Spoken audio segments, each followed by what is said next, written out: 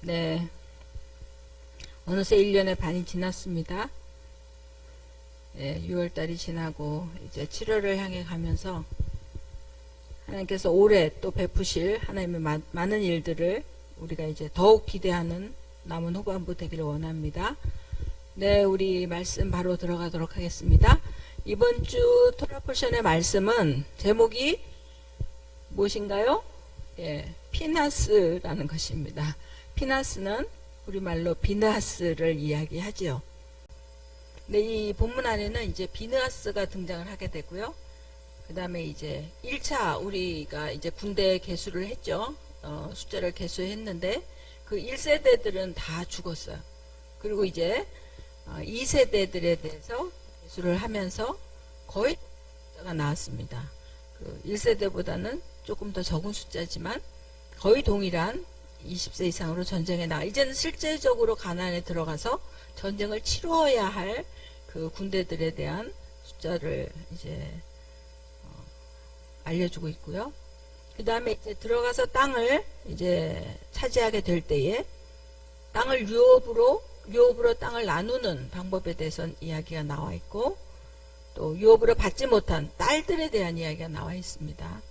그리고 여호와께 드릴 제물과 절기에 대한 이야기들로 이번 주의 본문이 이어집니다. 비느하스라고 하는 뜻은 그 뱀의 입이라는 뜻을 갖습니다. 나하스와 패가 합쳐져서 뱀의 입이라는 뜻을 갖는데 그 단어가 되게 재밌죠. 뱀의 입인데 비느하스가 본문에 보면 말을 하지 않아요. 비느하스가 어떤 이야기를 했다 이런 이야기들이 나오지 않습니다. 그 대신 비느하스 뭘 합니까? 그냥 그대로 창을 들어서 찍죠. 그러니까 왜 입이 뱀의 입이란 단어를 가진 이 사람이 말을 하는 것이 아니라 그냥 행동을 하는가? 어떻게 생각해보면 우리는 말이라고 하는 것은 결국 뭔가를 하나님 말씀은 어떤 겁니까? 하나님 말씀하시면 생겨나는 거예요. 창조가 되어져 버리는 거죠. 행해져 버리는 것이에요. 그런 의미에서 우리의 어쩌면 입술도 그냥 소리로서의 말을 하는 입술이 아니라 어쩌면 그 말에 대한 책임을 져야 하는 그리고 그 말은 행동으로서 보여져야 하는 것이 아닌가. 그것 때문에 이 비느하스란 단어가 혹시 쓰여졌나 이런 생각을 해보게 됩니다. 그 비느하스는 우리 민수기 25장 한번 보겠습니다. 민수기 25장 11절, 12절, 13절 우리 한 목소리로 함께 같이 읽어주시면 감사하겠습니다. 민수기 25장 11, 12, 13절 네.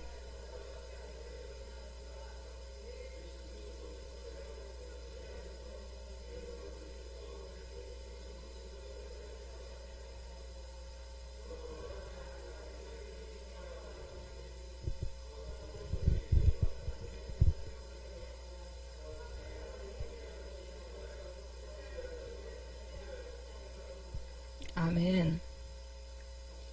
네.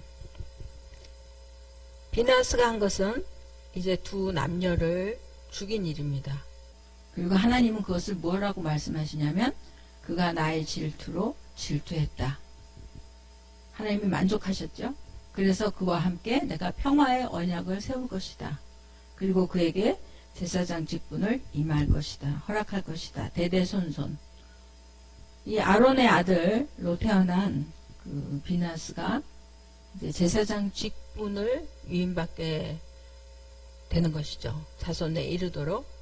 근데 뭐 아론의 아들이니까 당연한 것이 아닌가? 아론의 자손인가? 그런데 그 미드라시 유대 전승에 보면 이 비느하스의 어머니가 미디안 족속이라는 이야기가 있습니다. 그래서 대제사장의 직분을 받기에는 뭔가 약간 부족한 부분이 있었는데 이런 일로 인해서 하나님께서 새로운 언약을 비느하스와 세웠다 이런 전승이 있다라고 합니다.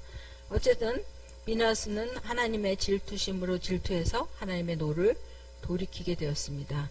질투라고 하는 것을 알다시피 우리는 이제 열심 또는 뜨거운 열정이라고도 볼 수 있고, 또 우리가 알고 있는 정말 사랑에 따르는, 사랑하기 때문에 생겨나는 온전한 소유에 대한 열정이라고 보여질 수 있겠죠. 그래서 이 질투는 백성을 향한 하나님의 사랑의 열정을 이야기하면서 동시에 그야말로 분노하신 하나님에 대한 모습, 긍정적인 것과 부정적인 두 가지의 모습을 볼 수 있게 되죠. 그래서 스가랴서 1장 이렇게 14절이나 8장에 보면 내가 예루살렘을 위하여 또 시온을 위하여 크게 질투했다. 또 큰 분노로 내가 그 일을 이루었다라는 말씀을 하시게 됩니다. 그래서 이 비느하스를 통해서 하나님께서 평화의 언약을 맺으시며 제사장 직분을 주셨는데, 이 직분이라고 하는 것은, 직분은 사실은 어떤 권위와 무슨 이렇게 다스리는 어떤 힘이 아닙니다. 직분은 하나님께로서 주어진, 어떻게 보면 큰 책무를 맡는 것이죠. 성경에서 가장 좋은 비유를 이야기한 것이, 어떤 큰 일을 다 종이 그 일을 하고 와서도 내가 일을 다 했다라는 어떤 성취의 의미가 아니라 무익한 종으로서 내가 그 일을 감당했습니다. 또 그 일을 했다라고 해서 또 뭐 주인이 갑자기 칭찬하는 것이 아니라 또 다시 서서 주인의 식탁을 준비해야 되는 끊임없는 어떤 책무와 의무 속에서 하나님의 일들을 감당해야 되는 그러한 일들이 어떻게 보면 직분인 것이죠. 그래서 우리는 이렇게 그 수직적인 사회 계층에 익숙해져서 좀 더 높은 곳에 있는 자의 직분을 원하는 마음이 우리들에게 있죠. 그러나 이 직분, 비느하스에게 주어진 직분과 같은 것은 하나님이 허락하신, 그 하나님께서 맡기신 일이면서 동시에 우리의 원함과 상관없는 일이라는 것이죠. 하나님께서 주어지는 것들이 하나님께로부터 하나님의 뜻을 따라서, 우리의 뜻이 아닌 하나님의 뜻을 따라서 주어지는 것임을 우리가 보게 됩니다. 그리고 거기 14절 15절에 보면 시므온 족장인 시므리와 또 고스비가 등장하게 되죠. 그래서 살루의 아들인 이 시므리는 뜻이 자기를 찬양하는 자란 뜻이 있습니다. 그리고 수르의 딸이라고 표현된 고스비는 수르라는 사람이 미디안의 족장의 이름이기 때문에 고스비가 이를테면 어떤 지파의 어떤 족장의 딸인, 수령의 딸인 것이죠. 뭐 공주라는 이야기도 있는데, 어쨌든 이런 그 지파에서는, 그 부류에서는 지도자층의 사람들이었던 것이죠. 근데 고스비의 뜻은 거짓말하는 자, 속이는 자, 이런 뜻입니다. 즉 자기를 스스로 찬양하는 자와 거짓말하는 자가 합쳐진 이 죄에 대해서 비느하스가 처단을 하게 되죠. 그럼 어쩌면 이런 그 시므리의 속성, 이름이 상징하는 시므리의 속성이나 고스비의 속성은 다 내 속에 있는 아들 말하게 됩니다. 결국은 내 속에 있는 이런 죄성들은 죽어야 하는 것이죠. 하나님께로부터 하나님께 다가가는, 하나님 앞에 서야 되는 하나님의 백성으로서의 모습에 위배되는, 그래서 하나님이 질투를 일으키실 만한 그러한 죄의 속성인 것이죠. 그러면 이 시대에 비느하스가 필요할까요? 하나님의 거룩한 이름에 대해서 우리가 주기도문에 보면 하나님의 이름이 거룩히 여김을 받으시옵소서. 하나님의 이름이 거룩히 되는 것은 무엇일까? 그리고 사실은 모세가 뒤에 나오는데, 모세가 가나안 땅에 들어가지 못한 것도 내가 무리바에서, 가데스바네에 있는 그 무리바에서 하나님의 나의 거룩함을 나타내지 못했기 때문이다, 이렇게 표현을 하시죠. 그래서 하나님이 나타내고 싶은 거룩함은 과연 무엇일까? 또 이렇게 거룩함을 요구하시는 하나님 앞에서 우리들의 거룩함은 무엇인가, 이런 것들을 사실 고민해 봐야 되는 시대입니다. 그래서 이 하나님의 거룩하심을 위한 분노를 가졌던 비느하스, 어느 순간 그동안은 한 번도 거론되지 않았던 갑자기 이 등장하게 된 비나스, 다음 세대, 젊은 세대의 그 비나스, 지금 이 시대에 어쩌면 필요한 다음 세대일 수 있습니다. 그러면 여기 표현대로 그 비나스, 우리 그 제 설교 제목들 되게 많아요. 비나스에 일어나라, 비나스의 영으로 충만하라, 뭐 이런 그 타이틀이나 제목들이 많은데, 그럼 비나스의 영으로 충만하면 자기가 심판해야 된다는 이야기일까요? 비나스가 했던 것처럼 음란한 자들 향해서 창을 내리꽂고 뭔가 하나님께서 보이는 심판을 대행하는 자가 되어야 하는 걸까요? 성경에서 얘기한 지금 이 시대에 필요한 비나스의 창은 어떤 것이라고 생각이 드십니까? 예전에 어떤 선교단체에서 절에 가서 불상을 막 깨트리고 그런 일이 있었죠.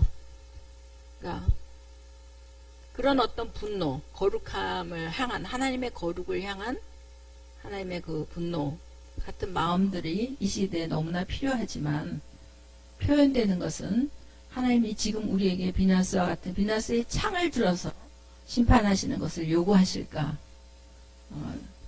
뭐 사람마다 생각이 틀릴 수 있는데, 그래서 지금 우리가 어떤 하나님의 의, 하나님의 말씀을 지켜나가는 것에 대해서 사실은 믿는 사람들 간에서도 다른 많은 의견들이 있죠. 그걸 고발해야 된다, 아니면 그냥 기도하면서 기다려야 된다, 또 나가서 뭔가 실제적으로 우리가 움직여야 된다, 액션을 취해야 된다, 아니다, 우린 그저 예배하면서 그 예배로 하나님의 그 죄악들을 풀어내야 된다. 그래서 어떤 게 답인지는 잘 모르겠어요. 그러나 중요한 것은 우리 안에 분명하게 하나님의 거룩을 향한 그 열정들이 있어야 한다는 것은 동일합니다. 표현되어지는 방법들은 뭐 우리가 이것만 해야 된다라고 얘기할 수 없는 아주 복잡한 시대를 우리가 살아가고 있지만, 중요한 것은 우리에게 그 거룩한 분노를 위한 또 일어섬이, 또 외침이 필요하다는 것입니다. 그러나 성경에서 얘기한 그 칼, 검, 이 상징하는 것은 말씀이었죠. 늘 성령의 검, 곧 하나님의 말씀을 가지라. 그리고 그 말씀을 가진 자 결국 어디로 가냐면 십자가로 가는 것입니다. 그래서 어떤 일을 하든 어떤 표현을 하든 그 마음의 중심 안에 하나님의 말씀과 정말 십자가의 해결 방법을 갖는다면, 성경에서 고린도서에 이야기한 것처럼 십자가가 곧 하나님의 능력이다라고 선포하셨던 그 말씀처럼 십자가를 능력으로 삼고 있는 자가 거룩한 분노를 가지고 일어날 때에 하나님은 그를 통하여 역사하시리라고 믿습니다. 우리가 생각하는 어떤 방법이 아니라 원리인 것이죠. 늘. 그래서 그럼에도 불구하고 우리가 이 거룩한 분노를 향하여 죄에 대한 하나님의 이름에 대한 거룩한 분노와 일어섬은 이 시대에 너무나도 있어야 할 중요한 다음 세대를 향한 열정일 수 있겠습니다. 그래서 하나님은 그렇게 의롭게 일어난 비나스를 통해서 영원한 제사장의 직분, 평화의 언약을 하시고, 또 연병 가운데서 이제 연병 후에, 왜 비나스가 그 일을 행함으로 해서 연병이 그쳐버린 것이에요. 이 현장에서 병이 그치는 일들을 우린 지난번에 고라당의 일들 가운데서 보았습니다. 고라의 반역 가운데 제사장 아론이 향로를 들고 전염병이 시작된 그곳에 가운데 들어갔을 때 전염병이 그치죠. 그러니까 이 비나스가 상징하는 그 거룩한 분노는 결국 하나님의 노를 그치게 하는, 하나님의 심판을 그치게 했던 또 앞으로 그치게 하실 예수 그리스도의 십자가를 의미하기도 합니다. 그래서 그 연병이 그치고 하나님은 이제 다시 2차 인구조사를 하게 하십니다. 그리고 이제 그 26장에 보면 각 지파마다 쭉 개수들이 20세 이상 전쟁에 나갈 자들이 개수된 숫자들이 계속 기록되어 있습니다. 그리고 11절에 보면 26장 11절에 보면 고라의 아들들은 죽지 않았다 라는 기록을 이 르우벤의 종족을 계수하면서 이것들을 분명히 기록하고 있습니다. 고라와 그 다단과 아비람의 모든 족속들이 이제 당을 짓고 일어났지만 고라의 아들들은 그 무리에 가담하지 않았고 그들은 살아남았습니다. 아비의 죄가 아들에게 유전되지 않는 분명한 하나님의 언약의 말씀들을 보게 됩니다. 그러나 우린 또 이런 말씀도 있죠. 아비의 죄가 3, 4대까지 내려간다는 말씀도 있죠. 어떤 차이가 있을지 우리가 한번 묵상해 봐야 될 것 같습니다. 아비의 죄가 아들에게 내려가지 않는 것, 그것은 아들에게 있습니다. 고라의 아들들이 선택하지 않은 것이죠. 죄를. 아버지를 선택한 것이 아니라 하나님의 말씀을 선택한 것입니다. 아비의 죄는 그 아비로 회개가 끝나고 완전히 하나님 앞에 처리되지 않는 한 내려갑니다. 그럼에도 불구하고 하나님은 그 아들의 선택으로 말미암아 그것들을 끊어내시는 것이죠. 그러니까 두 가지의 말씀이 상치되는 것 같지만, 대치되는 것 같지만 하나님의 원리가 동일하게 적용되고 있는 것이죠. 죄에 대해서는 하나님이 끊어지지 않은 죄는 계속 이어져 가지만 어느 데에선가 아들이 끊으면 아들이, 손주가 끊으면 손주가 그걸로 끝나는 것입니다. 고라의 아들들이 죽지 않았던 것처럼 죽지 않았을 뿐 아니라 그들이 다윗 시대에 와서는 성전의 문지기와 찬양대로 또 시편을 기록한 시편 기자로 저들의 삶이 하나님 앞에서 올려졌던 것들을 우리가 기억해야 합니다. 그래서 우리는 우리는 믿음의 부모로부터 태어나지 못했어. 또 우리 부모는 나를 위해서 기도하지 않았어. 나는 주변에 믿는 사람들이 없어.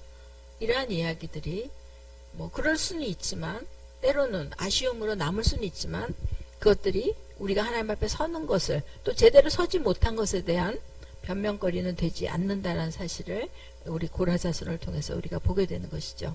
그리고 인구조사를 통해서 우리는 1차 인구조사에 들었던 자가 다 죽었습니다. 오직 여호수아와 갈렙만 빼고는. 그리고 2차 인구조사를 통해서 하나님은 새로운 전쟁을 준비시키고 계시는 것이죠.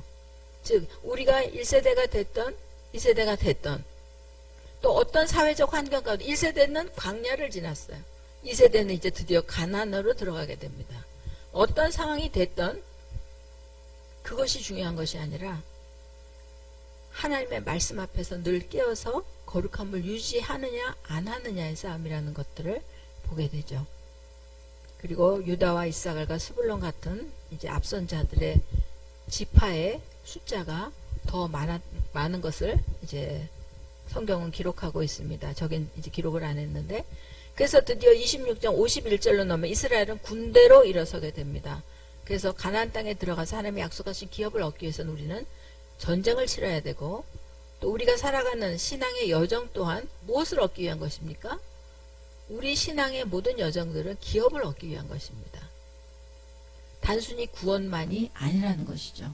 구원을 얻은 하나님의 백성으로 신앙의 여정들을 또 가나안의 정복전쟁을 통해서 땅이 주어지듯이 우리에게 주어진 영적 기업을 위해서 우리가 이 땅에서 필요한 전쟁, 거룩한 전쟁들을 치른 후에 우리는 하나님의 기업을 얻게 되고 그들을 물리쳐야만 땅을 차지할 수 있는 것처럼 우리의 기업을 얻게 됩니다.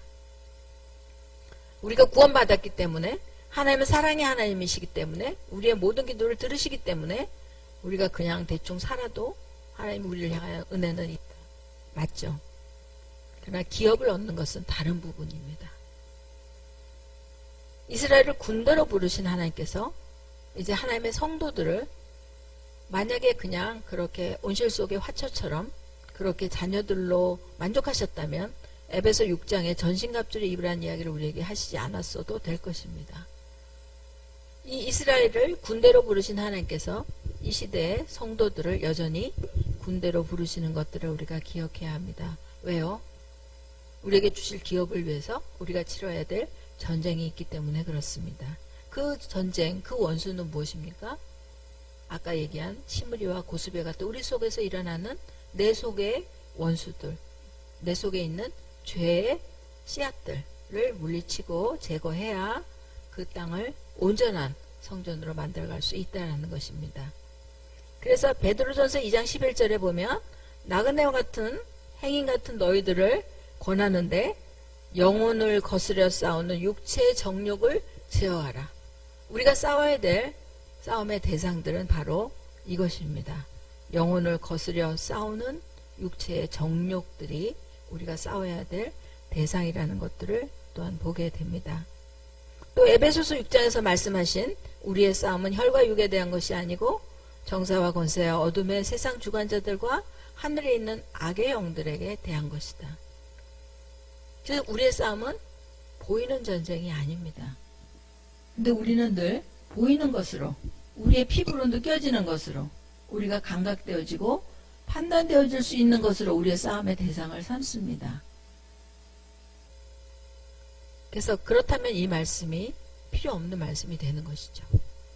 우리는 이 보이지 않는 어둠의 세상 주관자들의 뒤에서 배후에서 조종하는, 그래서 조종당하는 자들은 불쌍히 여기고 그 조종하는 악한 영들을 대적해서 싸워야 하는 것이죠. 이것이 이 시대 모든 그리스도인들에게 주어진 군사로서의 어떤 싸움의 전략입니다. 그래서 군대의 숫자를 계수했고요. 하나님이 이제 그 땅을 분배하시는데 분배의 원칙은 뭐냐면 아주 공평하게 분배하십니다. 숫자가 많은 종족에게는 많은 땅, 넓은 땅을 허락하시고 숫자가 적은 사람에게는 적은 땅을 허락하시는데 그 땅들을 하시면서 땅이 여러 가지, 좀 더 비옥한 땅이 있을 것이고 좀 더 황무지와 같은 땅이 있을 것인데 그것을 하나님은 제비 뽑아서 얻게 하십니다. 야훼의 신탁이죠. 주님이 하시는 대로, 주님이 허락하신 대로 그래야 원망이 덜 생기겠죠. 그래서 땅을 공평하게 제비 뽑기를 통한 야훼의 신탁을 통해서 나눠주시면서 중요한 것은 조상 지파의 이름대로 기업을 얻게 하십니다. 조상 지파의 이름을 귀히 여기신 하나님께서 그들에게 균등하게 분배해 주셨는데 레위는 기업이 없죠. 땅의 기업이 없습니다. 하나님께서 친히 기업이 되어주신다 약속하셨습니다. 그리고 1개월 이상 된 레위인의 총수는 23,000명이라고 성경에 기록되어 있고요. 이 2차 계수 안에 갈렙과 여호수아 외에는 한 사람도 없었죠. 근데 이제 우리가 27장에 가면 재미난 것들을 발견해요. 27장의 1절부터 보면 여기 므낫세 현손 헤벨의 아들 슬로보앗의 딸들이 나옵니다. 5명의 딸들이 나오는데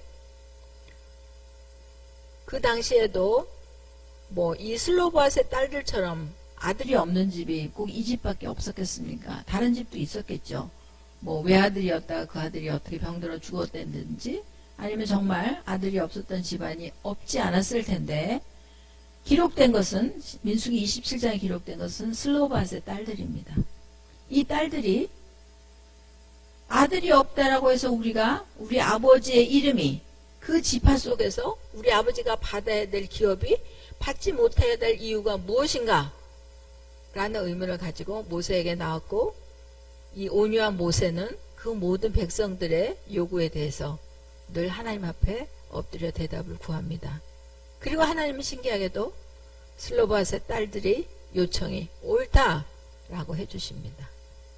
여러분 우리가 이 유산을 받을 때 우리나라에 아들과 딸의 차별 없이 1대1 똑같이 1대1로 그 상속이 된다라는 법이 언제쯤 생겼는지 혹시 기억하세요?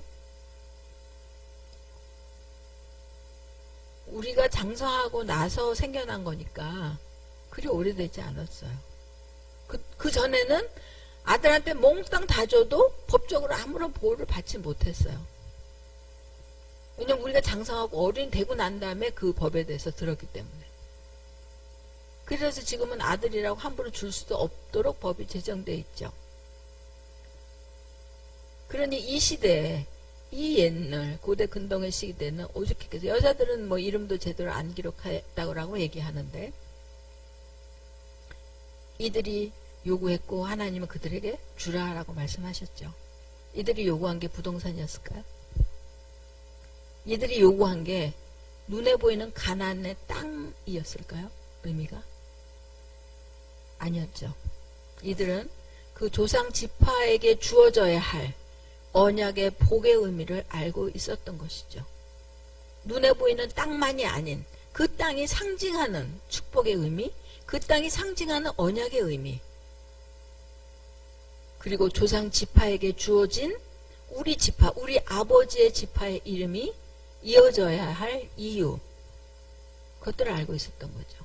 여러분, 우리에게 재정이 주어지든 은사가 주어지든 하나님께로부터 무언가 정말 기업처럼 상속된, 내가 노력해서 얻은 게 아닌 무언가가 주어졌을 때 그 목적은 재정만이 아닙니다.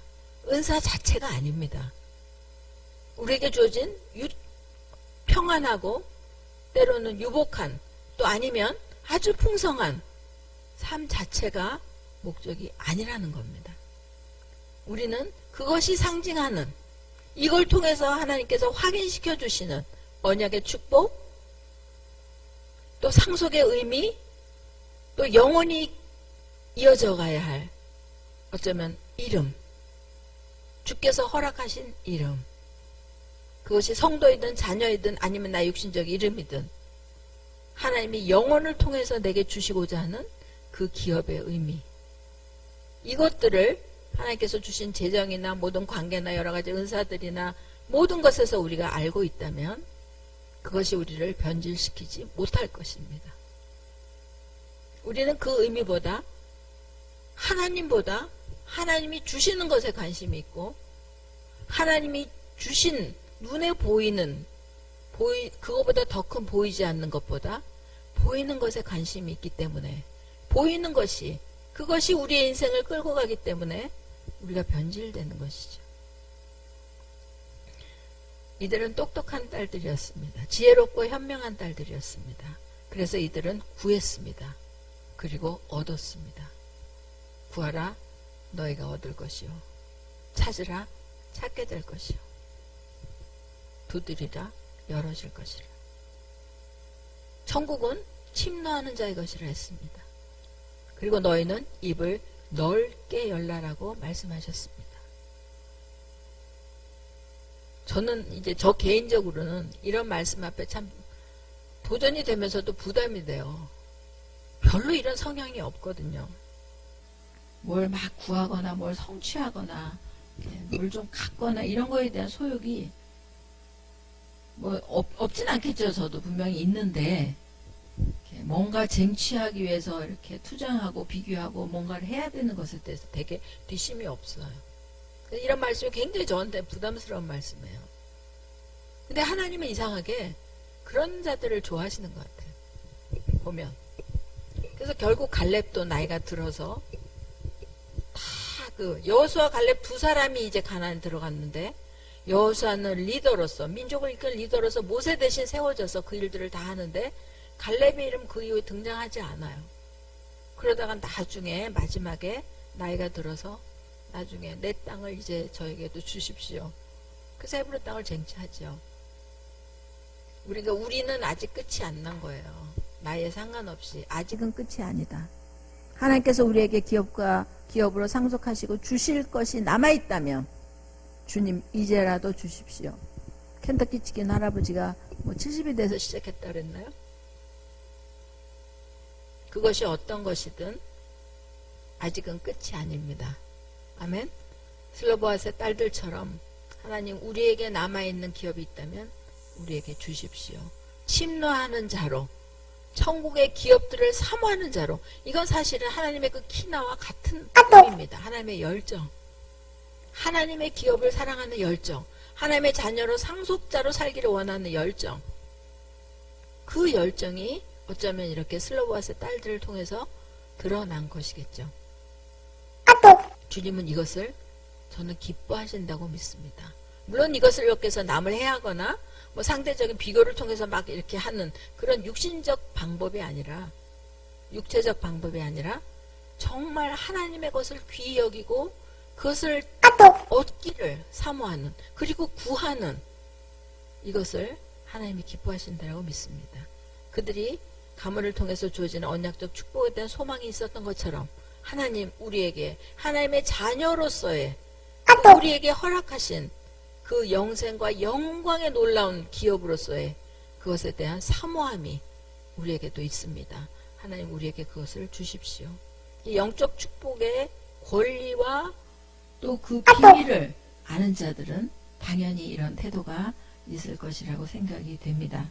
왜냐하면 예수님도 주의 전을 사모하는 열심이 저를 삼켰다라고 할 만큼 주의 전을 깨끗이 구별하는 일에 그분의 열심이 있었고, 그것을 대적하는 자들을 향해서 막 험한 말을 하실 만한 그런 열정, 기나가 있으셨죠. 그리고 이 일 후에 주께서는, 그리고 중요한 것은 이것이 법령으로 제정이 됩니다. 이스라엘의 규례로 아들이 없으면 딸에게, 딸이 없으면 형제에게, 형제가 없으면 아버지의 형제에게, 아버지의 형제가 없으면 가장 가까운 친척에게. 그래서 이것이 결국은 그 고엘 제도로, 기업을 물을 자로 이어지게 되는 이스라엘의 한 규례가 세워지는 것입니다. 이 본문을 보면서 제가 그런 생각을 했어요. 하나님은 그렇게 그 엄격한 율법과 같은 토라 안에서도 하나님이 필요하면, 또 정말 그것의 요구가 합당하면 하나님 바꾸시는구나. 말씀을 변기하신다는 의미가 아니라 그들을 살리기 위해서, 가장 합당한 축복을 위해서는 언제든지 하나님은 바꾸실 수 있고, 새롭게 만드실 수 있고, 또 자신의 그 말을 철회할 수 있고, 하나님의 유연성. 법도 사람이 만든 법도 예외가 있고, 사람이 만든 법에도 사람을 살리기 위한 어떤 규정이 있는 것처럼, 더 엄미한 하나님의 법에도 이런 유연성이 있다는 게 참 은혜가 됐어요, 저는. 그래서 이제 그 땅을 나눠주는 규례를 만들면서 드디어 모세에게 그 27장 12절에 가면, 너는 아바림에 올라가서, 아바림 산에 올라가서 땅을 바라보고, 그러나 너는 저 땅에 들어가지 못할 것이다. 그리고 너는 조상에게 돌아가라 라고 하실 때에 모세는, 아니 하나님, 내가 평생을 이스라엘 백성을 이끌었고 여태까지 하나님 말씀에 내가 순종하지 않은 게 없는데 어째서 저는 그 땅에 들어가지 못합니까? 라고 말한 것이 아니라, 하나님 한 사람을 세워주십시오. 그래서 그 땅에 들어간 그 백성이 방황하거나 그렇게 힘들어하지 않도록 하나님 한 사람을 세워주십시오 라고 요구했고, 하나님은 그 안에 하나님의 영이 머무는 여호수아를 후계자로 안수하게 하셨습니다. 생각해보면 우리가 후계자를 세우거나 또 그 성전의 일들도 보면 레위인들이 50세가 되면 은퇴를 하죠. 그리고 은퇴해서 사라지는 것이 아니라 성전에서 있으면서 새롭게 성전 일을 시작하는 자들을 도우라 하셨습니다. 그러면 새롭게 성전 일을 하는 사람들이 막 왔다 갔다 하면서, 또 50세가 넘은 사람들은 뒤에서 그들을 지원하고 받쳐주면서 성전은 굉장히 역동적이었을 것입니다. 우리가 생각할 때 성전은 굉장히 이렇게 우아하고 뭐 이렇게 좀 장중하고 뭔가 이렇게 무게가 있는 그런 느낌을 갖지만, 실제적으로 레위인들이, 젊은 레위인들이 30세부터 일하는 레위인들이 막 왔다 갔다 하고 뭐 떡상 갖다 놓고 불 켜고 뭐 청소하고 막 이러면 되게 활발했을 것 같아요. 우리도 알잖아요. 애기들이 뛰어다니고 젊은 사람들이 왔다 갔다 하면 벌써 교회 분위기가 달라지는데, 이것이 세대 계승입니다. 우리가 생각하는 세대 계승은 어른이 죽고 난 다음에 서는 것이 아니라 어린아기서부터 함께 서는 것에 대한 것들이 지금 이제 사실은 이제 여호수아가 같이 활동했잖아요. 계속 모세와 같이. 여호수아는 회막을 떠나지 않았었고, 모세가 가는 곳에 늘 함께 했었고, 함께 있었던 자죠. 그리고 이제 뒤에 나타난 28장부터는 그 헌물, 하나님 앞에 드린 예물에 대해서 나오고, 또 29장 들어가면 절기의 예물에 대해서 나오고, 우리가 지키는 절기에 대한 설명, 유월절, 오순절, 뭐 초막절 이런 것에 대한 설명과 그에 합당한 제물들에 대한 이야기들이 나옵니다. 즉 이것은 하나님께서 28장부터 29장 두 장에 걸쳐서 이런 회복, 절기와 제사, 제물 이런 것들에 대해서 기록하신 것은, 그 예물이, 또 그 제사가, 그 절기가, 그 모든 것의 목적은 회복인 것이죠. 회복. 하나님과의 만남의 회복, 또 하나님과의 만남을 통한 거룩한 성전의 회복, 또 거룩한 백성의 삶의 회복을 위한 것이죠. 그래서 그 예물은 이 모든 우리의 인생에 주어진 것이 하나님의 것이다라고 하는 인정함에서부터 드려질 수 있고, 그것은 곧 예배라는 것입니다. 그러니까 우리가 예배를 어떤 습관을 따라서 또 우리에게 주어진 필요를 따라서 드리는 것이 아니라, 내 삶이, 오늘 살아가는 내 삶이 하나님께로부터 주어진 것이기 때문에 당연히 예배하는 것입니다. 그리고 사실은 우리는 예배에서 은혜를 얼마나 받았는가 이런 것에 관심을 있지만 성경에 지금 28장 29장을 통해서 제사의 회복들, 절개 회복들을 보면 하나님께 무엇을 드릴 것인가에 초점이 있습니다. 이 사람들이 그 절기 때 또 예물을 드리면서 어떤 것을 막 좋았다, 뭐 이 백성의 입장에서 기록되지 않았어요. 이 말씀은 늘 하나님이 명령하신 것으로 기록되어 있습니다. 우리가 토라를 보면서 느끼는 것은 늘 하나님의 명령이에요. 명령은 하나님의 뜻을 이루는 방법이에요. 우리가 생각할 때 권면이거나 설득이거나 하는 설명이 아니라는 것입니다. 그래서 여러 가지 상번제와 월삭과 7대 절기에 대한 그런 기록들을 통해서 우리가 가져야 될 예배에 대한 자세는 영적인 기복에서 벗어나서 영적인 습관을 키워야 되고, 또 이런 예배와 절기를 회복한다라고 하는 것은 하나님의 시간을 인정해 드린다라고 하는 것은 결국 하나님의 주권을 인정해 드리는 것과 같은 것이기 때문에 이 시대, 우리가 오늘 살아가고 있는 이 엔타임이라고 하는 시대에서의 가장 중요한 이슈는 사실은 주님의 재림이어야 합니다. 이 시대를 보면서 우리가 통탄하는 이유는, 또 이 시대를 보면서 우리가 애통하며 목말라야 하는 이유는, 이런 어쩌면 죄의 열매들, 죄의 드러남, 또 어두워지는 세상, 하나님의 말씀이 무너지는 것들을 통해서 이제 다시 오실 주님의 시간을 우리가 의식하기 때문이라는 것이죠. 그래서 재림을 기다리는 삶으로 바꾸는 것이 결국 시간에 대한 순종이고, 또 하나님의 어쩌면 진정한 예배의 회복으로 가는 것이죠. 마지막 때를 잃어버리면, 마지막 때를 기억하지 않고 사는 삶은 세속화될 수밖에 없습니다. 교회도 마찬가지고 성도들의 삶도 마찬가지인 것이죠. 그래서 이 예배와 절기와 예물들은 과거의 이야기가 아니라 이 하나님께서 이제 이루어갈 마지막 회복의 스케줄 안에서 하나님의 주권을 되돌려 드리고 시간의 질서를 회복하는 것입니다. 그래서 시간에 대한 순종이고, 또 깨어있는 삶을 우리가 살게 하는 또 하나의 통로가 되는 것이죠.